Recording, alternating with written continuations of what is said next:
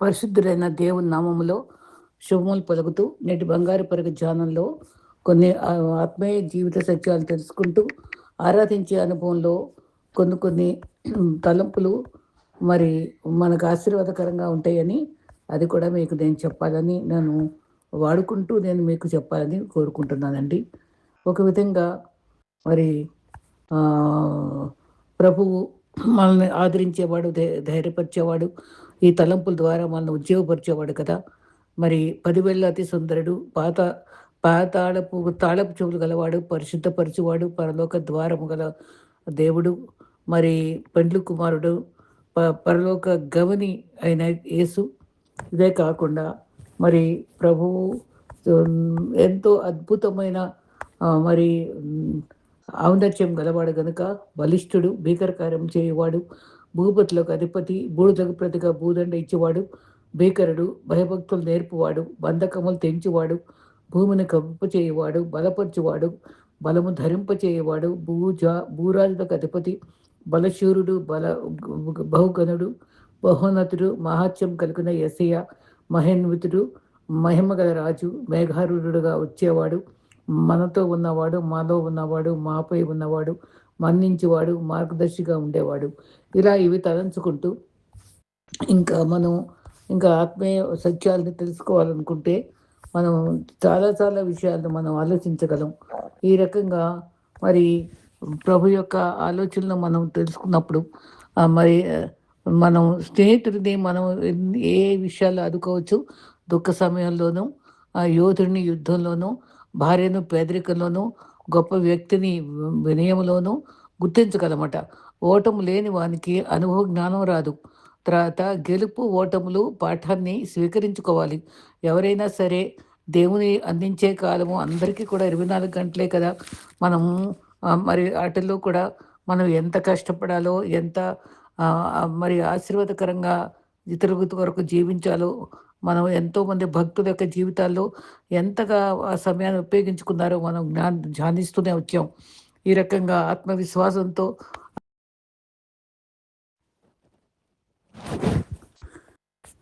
మనం నేర్చుకున్నటువంటి బంగారు పరిగ ధ్యానంలో ఎంతో అమూల్యమైనటువంటి తలంపులు ఉంటాయి. అవి మనం ఎప్పటికప్పుడు మన హృదయంలో ధ్యానించుకుంటూ మరిచిపోక మనసులో ఉంచుకోవడం చాలా చాలా అవసరం. మనం జీవిత గమనంలో నష్టం లేని వ్యాపారం లేదు, ఒత్తిడి లేని ఉద్యోగం లేదు, కష్టం లేని వ్యవసాయం లేదు, బాధలు లేని సంసారం లేదు, మరి సమస్యలు లేని వ్యాకులతలు ఉండవు.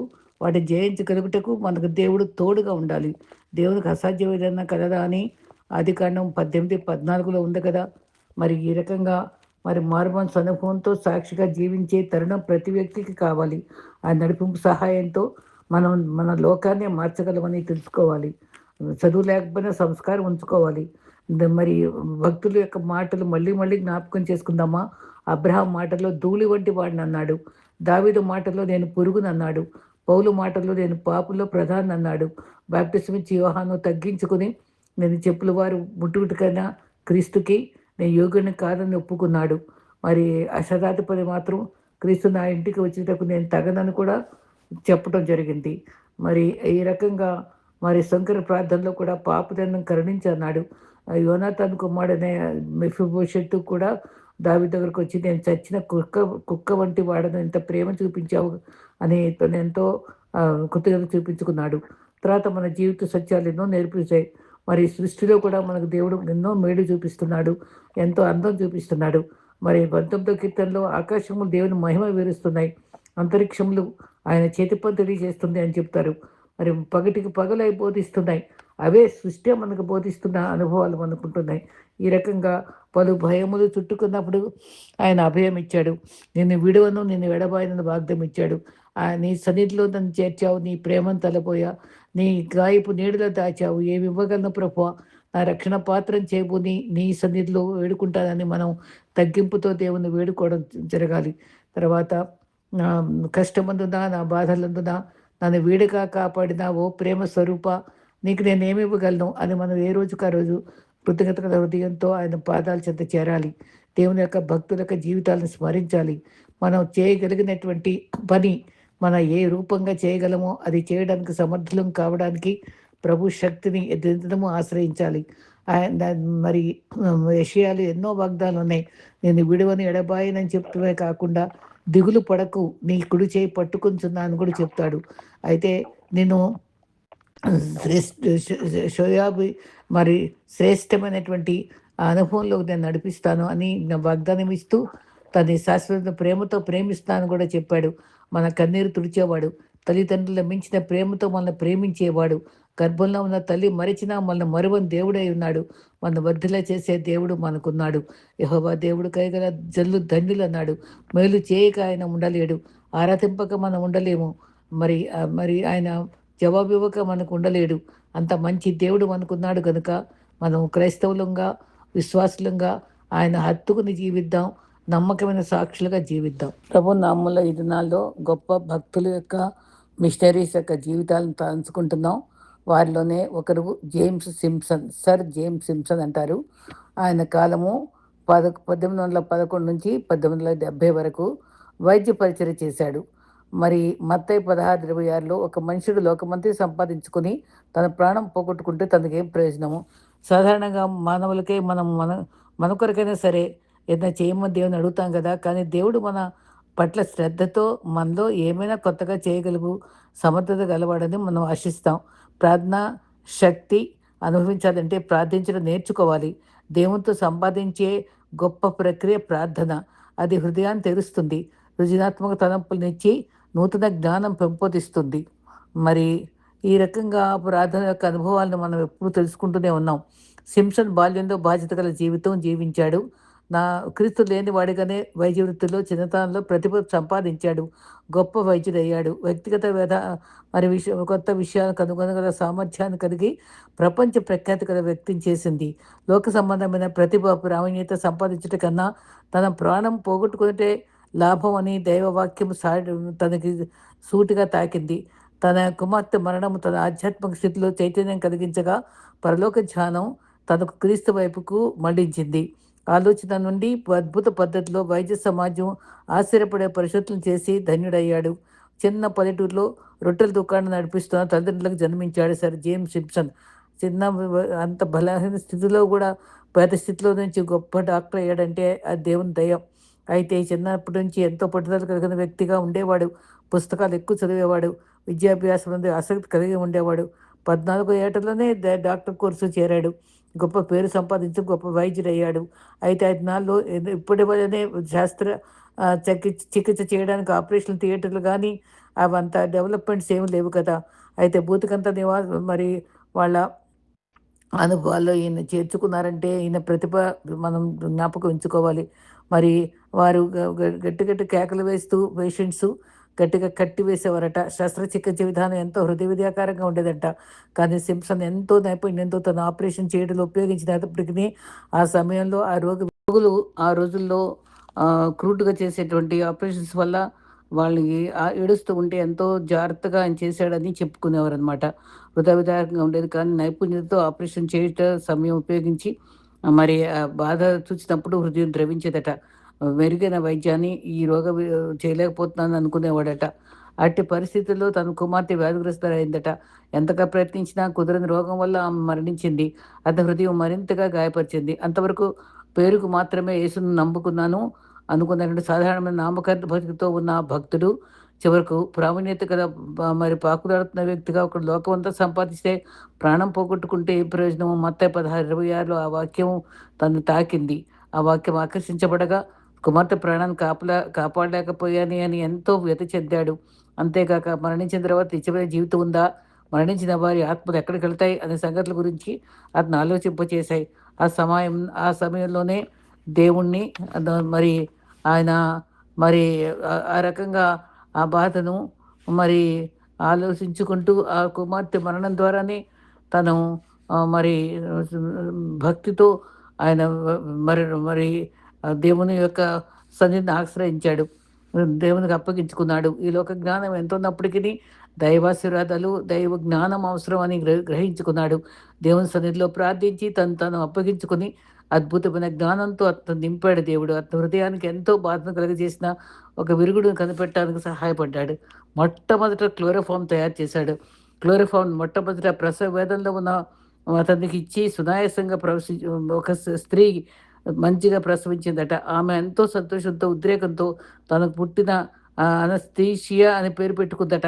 అప్పటినుంచి ఇప్పటి వరకు ఏ బాధ ఎరగకుండా ఆపరేషన్ థియేటర్‌లో మరి ఎంతో క్షేమంగా తిరిగి బయటికి రావడానికి ఎంతో సహాయకరంగా ఉండింది. క్లోరోఫార్మ్ అనస్థీషియా కనుగొన్నవాడు జేమ్స్ సింప్సన్. అది ఎంతో గొప్ప పేరు కలిగినటువంటి ఈ యొక్క సింప్సన్ వినయ విధేయతలతో ప్రభువుని ఆశ్రయించి, ప్రార్థించి గొప్ప కార్యాలు చేయగలిగాడు. చివరి దశలో వినయ విధేయతలతో ప్రభువుని ఆశ్రయించి మరి రోగులకు బాధల నుంచి తప్పించడం క్లోరోఫామ్ కనిపెట్టి గొప్ప సాహసం చేశాడు. శక్తి, బలము దేవుని నుంచి పొందాడు.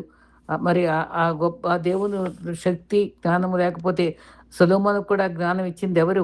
ప్రార్థించగా పొందుకున్నట్టే సింసన్ కూడా పొందుకున్నాడు. తన మార్గం దేవుని చూపు మార్గము అని నమ్మాడు. పరలోకమే శాశ్వతమని గమ్యమని తెలుసుకున్నాడు. ప్రార్థన నిజమైన దేవుడు అంటే దేవుని వాగ్దానం జ్ఞాపకం చేసుకుని విశ్వాసగా మరి ఆయన పొందుకుని సాగిపోవడం అని గ్రహించుకున్నాడు. సింసం బాల్యంలోనే గొప్ప జ్ఞానిగా వైద్య వృత్తిలో ప్రతిభ అందుకుని ఎన్నో ప్రశంసలు పొందాను. దేవుని దృష్టిలో లోకమిచ్చి ఘనతకు అది తుచ్చమైందని ఇచ్చి దైవిక జ్ఞానము, పరలోక జ్ఞానమే మేలని నమ్మి ఆధ్యాత్మికతో జీవించి అందరికీ మేలు కలుగజేసింది. క్లోరోఫామ్ ద్వారా ఆపరేషన్ సమయంలో అనేకుల బాధకు నివారణ కలిగించడానికి దేవుడు తనను వాడుకుని ఆయన చిత్తం నెరవేర్చుకున్నాడు. సింసన్ జీవితాధారంగా ఆధ్యాత్మిక జ్ఞానంలో దేవుని చిత్తం వెరుగుటకు మనం కూడా మన వంతు మనం ప్రయాసపడటానికి కూడా మనం ఎంతగానో దేవుని కొరకు ఏం చేయగలము, ఆయన చేసినందుకు కృతజ్ఞత ఎలా చూపగలము అని మనం ఆలోచించగలమా? రెండవ వ్యక్తిగా మనము గొప్ప యొక్క వ్యక్తి మన బైబిలు మరి ఉనికిలో ఒక ప్రత్యేకతకు సంపాదించుకున్న విలియం టెండేలు చిరస్మరణీయుడు. కాలము 1483, 1546. హతసాక్షి, బైబిల్ అనువాదకుడు. అది ఎంత గొప్ప పరిచయం చేశాడో చెప్పలేం. అది మనం ఎప్పుడు గుర్తు ఉంచుకోవాలి ఆయన్ని. విలియం కేరీని, విలియం టెండేల్ని కూడా మనం ఇప్పుడు జ్ఞాపకం ఉంచుకోవాలి. వాక్య భాగము గల్తీ మరి 3:20. నేను క్రీస్తు కూడా సిలువబడి ఉన్నాను. ఇక నువ్వు జీవించేవాడు నేను కాదు, క్రీస్తే నా యందు జీవిస్తున్నాను అన్నాడు. అనేకుల జీవితాల్లో క్రీస్తు కొరకు నమ్మకంగా జీవించి అనేక బాధలో ఉన్న గొప్ప విశ్వాసంలో హతసాక్షిగా నిలిచిన వాడు ఎందరో ఉన్నారు. మరణహింస అయిన ఇప్పుడు ఇది మరణమైన క్రీస్తు ప్రేమ నుంచి ఎడబాపు నేరతో నమ్మిన విశ్వాసంలో ఈయన ఒకరు. మరి ప్రముఖుడు. ఆ ప్రేమ నుంచి ఎడబాపు నేరదని స్థిరపరచుకునే అభిప్రాయం కలిగిన వాడే విలియం టెండేల్. మరి క్రైస్తవ విశ్వాసం నమ్మిన విశ్వాసాల్లో ఒంటరి ప్రార్థనలో, ఉదయకాల ప్రార్థనలు శోధనలు జయించి శక్తి ఇచ్చి, మధ్యాహ్న ప్రార్థనలు బలాన్ని నూతనపరిచి, సాయంకాల ప్రార్థనలో లోపల అపరిశుద్ధమైనటువంటి శుద్ధి చేయబట్టకు వాడుకోవాలని ఆయన కనుగొన్నాడు. రాత్రి వేళ ఆయన మరి ప్రార్థన చేసుకుంటూ కుటుంబ ప్రార్థన ప్రార్థనలో ఐక్యత, ప్రేమ, విధేయత కలిగించి అనేక ప్రార్థనలు లోటైన దీపం లేని గదివలే ఆ ఇల్లు కంచి లేని పొలంగా ఉంటుంది ప్రార్థన లేకపోతే అని గుంపు ప్రార్థనలు, ఉపవాస ప్రార్థనలు ఇతరుల బలహీనతలు జయములు గుర్తించుట నెరవేరుస్తుందని స్వయంగా పరీక్ష చేసి సరిచేసుకొని ధన్యతనిస్తాయని ఏకవించి టెండేల్ జీవితం చాలా గుర్తించదగిన జీవితం కాబట్టి ఆయన నేర్చుకున్న విషయాలు మనకు మరి చాలా సహకారిగా ఉంటాయి. శరీరాశలపై విజయము, దైవ శక్తులపై అధికారము, శరీరాశ, నేత్రాశ, జీవబ్రహ్మంపై జయమిస్తుందని ప్రార్థనా శక్తిని కనుగొన్నాడు. ఏ ప్రార్థన నిరీక్షణ చేయని విశ్వాసి టెండేల్ వంటి గొప్ప విశ్వాసంతో మరి మరి గొప్ప కార్యాలు తలపెట్టి చేయాలి. టెండేల్ జన్మస్థానం గురించి తెల్లగా తెలియకపోయినప్పటికీ ఆయన జన్మ మరి గ్లాషిటర్ ఫషైర్లోని మరి స్లింబర్డ్ 1495 సంవత్సరంలో జన్మించి ఉండవచ్చు అని చెప్పారు. అతని చిన్న వయసులో నుండే దేవుని యందు గ్రంథాలు చదవాలంటే ఆశ. మరి ఆయన పెద్ద విశ్వవిద్యాలయంలో విద్యను అభ్యసించాడు. టెండేల్ తన నిబంధనను గ్రీకు భాషకి చదివాడు. తర్వాత ఈ గ్రంథం చదివినప్పుడు ఆయనకు మానసిక శక్తి కాక హృదయపు మార్పును కలుగజేసింది. మరి అంతేకాక హృదయ ఆకర్షించిన ఆ గ్రంథము దేవుని వాక్యమని, అది ప్రతివారు చదివి మేలు పొందినట్లు తన మాతృభాష అయిన ఆంగ్లంలోనికి అనువదించాలని పూనుకున్నాడు. ఆ గ్రంథంలో దాని చదివిన సత్యాలను బోధించడం కూడా ప్రారంభించాడు. మరి ఆ దినాల్లో మరి బైబిల్ గ్రంథమును సామాన్యులు చదవకూడదు, చట్టం ఉంది. ప్రభు నేర్పిన ప్రార్థనను 10 ఆజ్ఞలు తమ పిల్లలకు ఇంగ్లీష్ భాషలో నేర్పించాలని నేరం మోపబడి 7 వ్యక్తులను కర్ర కట్టి కాల్చి చంపారు. అటువంటి భయంకర దినాల్లో టెండేలు ఆంగ్లంలోనికి క్రీస్తు నిబంధన కొత్త నిబంధనను తర్జుమా చేయదలిచాడు. అయితే ఆ దేశంలో అది సాధ్యం కానందున అతను జర్మనీకి తప్పించుకొని పోయి పని ప్రారంభించాడు.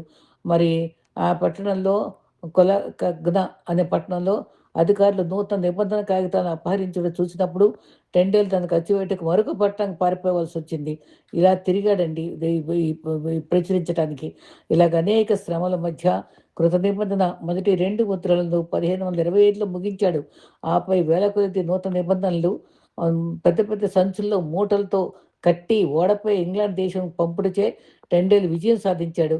మతాధికారులు వాటిని కాల్చివేయ ఉద్దేశంతో శ్రమ మరి వాటిని ఎంత వెల వెచ్చించి దొంగచాటుగా కొన్నారట.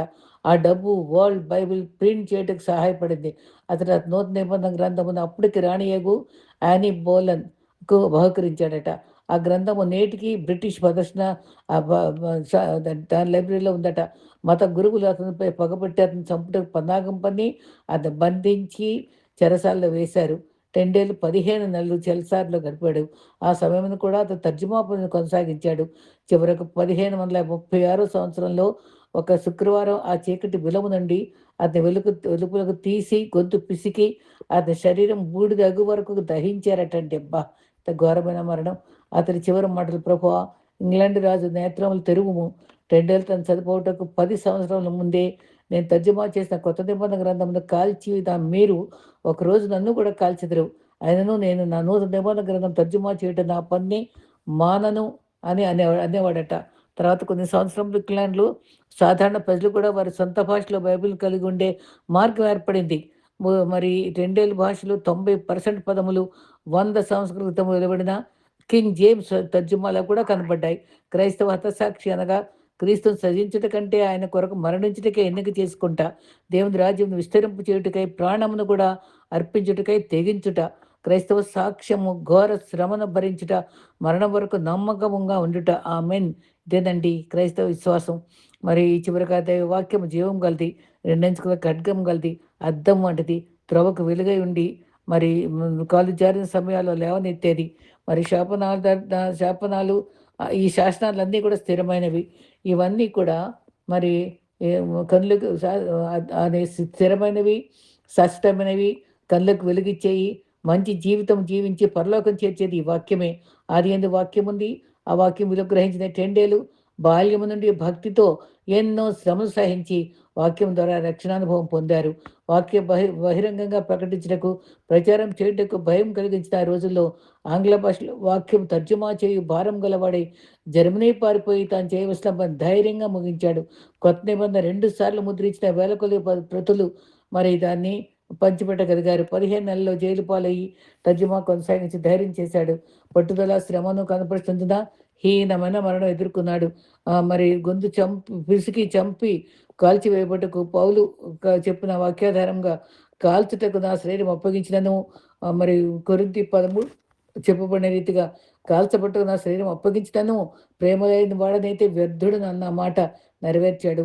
ఆ కొత్త నిబంధన కాల్చివేసిన శత్రువుల్లో నన్ను కాల్చినను నా పని ముగిస్తాను, నేను కాల్చబడినా సరే అని చెప్పి ఆయన భరించి, ఆయన గొప్ప ఘోర శ్రమను భరించి ఆ మరణం పొందాడు. ఇష్టతతో మరణాన్ని ఆహ్వానించాడు. ప్రతి విశ్వాసి కూడా క్రీస్తు కొరకు మరణించుట శ్రేష్టమైన అనుభవం అని కూడా తను చాటి చెప్పాడు. జీవితం నేర్పిస్తుంది మనం ప్రభు కొరకు ఏం చేయాలో. తండ్రి, ఇంతగా నన్ను ప్రేమించినందుకు నీ ప్రేమకు నేను ఏమి ఇవ్వగలను దేవా?